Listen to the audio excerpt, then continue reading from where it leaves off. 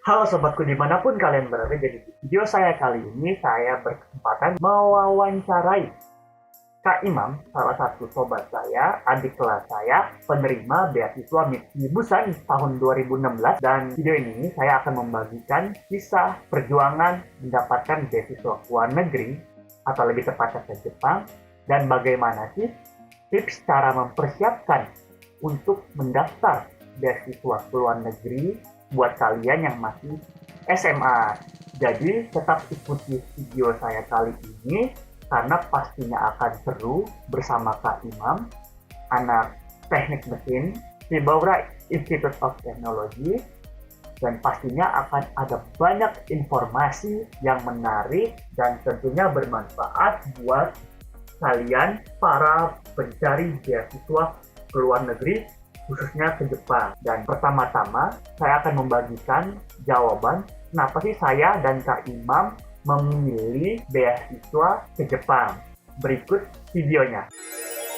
Halo sobatku dimanapun kalian berada. Jadi kali ini kita kedatangan tamu spesial, Brother Imam, Kak Imam. Jadi Kak Imam ini adalah salah satu mahasiswa di Bauran Institute of Technology, jurusan teknik kimia. Jadi Kak Imam dari mana?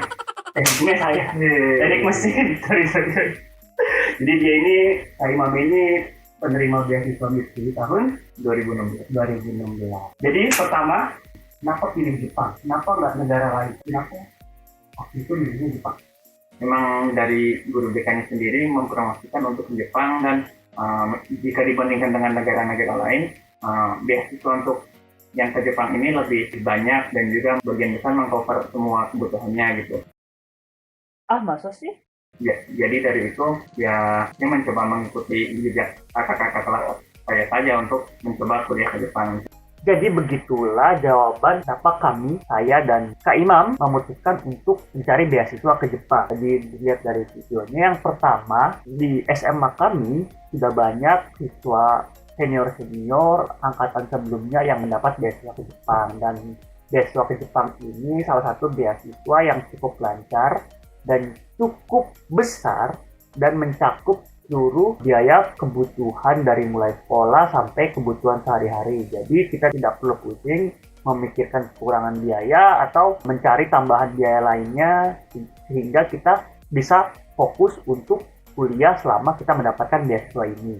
Dan tentunya lagi menjadi pertimbangan kenapa ke Jepang. Kita ketahui Jepang itu salah satu negara yang maju di Asia dan jaraknya tidak terlalu jauh dari negara kita, yaitu Indonesia, sehingga secara posisi, secara letak sangat strategis dan tidak perlu membutuhkan waktu yang lama untuk pulang atau pergi ke Jepang, sehingga cukuplah worth it. Kalau ada apa-apa bisa langsung pulang ke negeri sendiri karena tidak terlalu jauh, hanya 7 jam dengan pesawat, dan juga tiket pesawat tidak terlalu mahal. Pokoknya secara lokasi dan secara beasiswanya sangat bagus. Dan di video kali ini kita dapat melihat bahwa Kak Imam juga sempat gagal, menceritakan kegagalannya ketika mendaftar beasiswa Fokus. Nah, awalnya saya emang cuma pengen niat asal keluar negeri ya, ke Jepang gitu. Iseng-iseng aja gitu, pokoknya harus keluar negeri ke Jepang. Iya, karena ya berbagai alasan. Nah, pertama itu saya nggak langsung daftar jurusan, tapi saya daftar ke University. Oh, di Turki ya? Iya, di University, jurusan teknik mesin juga IMEC. Beberapa teman-teman saya, kita ada berlima lah, atau kurang lebih berlima, udah janjian juga yang sama-sama apply ke Tokyo University. Nah, itu Tokyo University itu pendaftarnya ada 2 gelombang. Nah, di gelombang pertama itu sekitar bulan Januari Februari itu. Oh, jadi sebelum itu dibuka, Roku buka di luar. Roku buka di luar. Nah, tapi di gelombang pertama itu keempat teman saya semuanya lulus, sedangkan saya gagal. Saya pun juga pernah gagal, banyak sekali gagal. Saya mencoba beasiswa Mitsui, Singapura dan lain sebagainya, dan itu gagal. Saya juga undangan UGM gagal. Ternyata dari kegagalan itu jangan terpuruk, jangan menyerah, dan kita harus mengambil pelajaran dari kegagalan tersebut. Dan ini saya membuat konten video ini adalah salah satu niat baik saya untuk menceritakan agar kalian semua yang menonton video ini tidak gagal seperti kegagalan saya dahulu. Saya menyesal nilai saya kurang baik dibanding dengan teman-teman saya, sehingga ketika saya mendaftar beasiswa Mitsui dari seleksi berkas pun saya tidak lolos karena saya kalah saing dari teman-teman tingkat saya waktu SMA. Jadinya buat kalian yang masih SMA kelas 1, kelas 2, persiapkan nilai, belajar semaksimal mungkin. Jangan sampai nanti ketika sudah lulus belum atau ketika kelas 3 bentar lagi lulus, kalian menyesal karena nilai waktu kalian kelas 1, kelas 2 itu kurang memuaskan dan kalian tuh kalah saing dari teman-teman angkatan kalian, sehingga itu membuat kesempatan kalian untuk mendapat beasiswa ke luar negeri menjadi kecil, bahkan tertutup seperti itu. Jadinya buat kalian yang masih SMA atau baru mau masuk SMA atau masih kelas 1 atau kelas 2, persiapkan diri kalian secepat mungkin, selebih mungkin, jangan sampai terlambat. Dan hal yang bisa kita ambil lagi dari kegagalan itu, kita harus mengambil pelajaran dari kegagalan tersebut. Untuk kedepannya kita harus bagaimana, atau lebih berusaha, atau lebih baik lagi segala macam, sehingga nanti ketika ada beasiswa lainnya kita bisa lebih mempersiapkan diri dan bisa maksimal dalam mengikuti seleksi beasiswa tersebut. Saya sempat gagal di awal-awal dan itu memacu saya untuk belajar lebih semangat lagi, lebih giat lagi agar bisa lebih maksimal di seleksi-seleksi beasiswa berikutnya seperti itu. Jadi jadikan kegagalan kamu sebagai pelajaran yang berharga untuk langkah kamu selanjutnya. Jangan mudah menyerah, jangan sampai langsung menyerah atau mudah menyerah, tapi jadikan kegagalan itu sebagai batu loncatan kalian. Karena saya juga melihat banyak teman-teman saya yang mendapat beasiswa ke Jepang ini, kebanyakan itu pernah gagal saat mendaftar beasiswa sebelumnya. Jadi dengan kegagalan itu mereka belajar lagi untuk memaksimalkan diri, memantapkan diri ketika mereka mendaftar beasiswa selanjutnya. Jadi ketika mereka mendaftar beasiswa selanjutnya, mereka sudah lebih siap, lebih mendapat pengalaman, lebih pengetahuannya lebih luas, wawasannya lebih luas.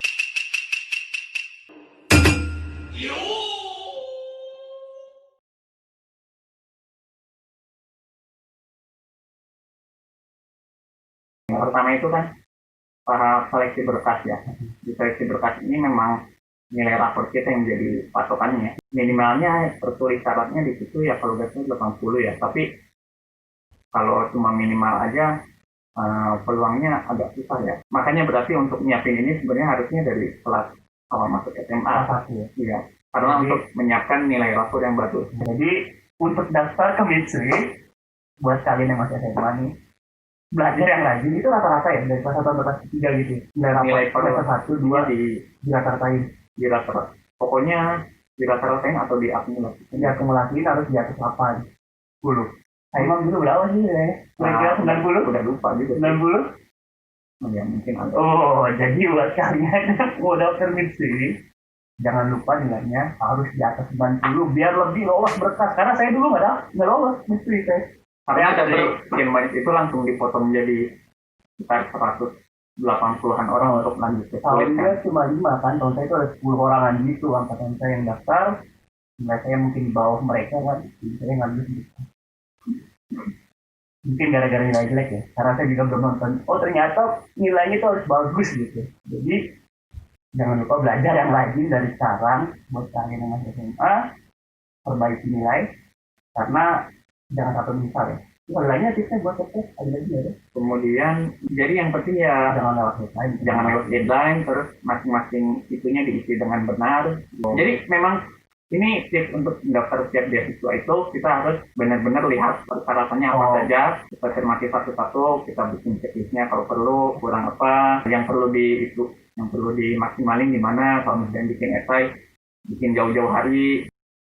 Oke, jadi untuk pendaftaran ini, masih mendengar, saya rangkum ya, saya coba rangkum. Jadi ada 3 tips dari Kak Imam.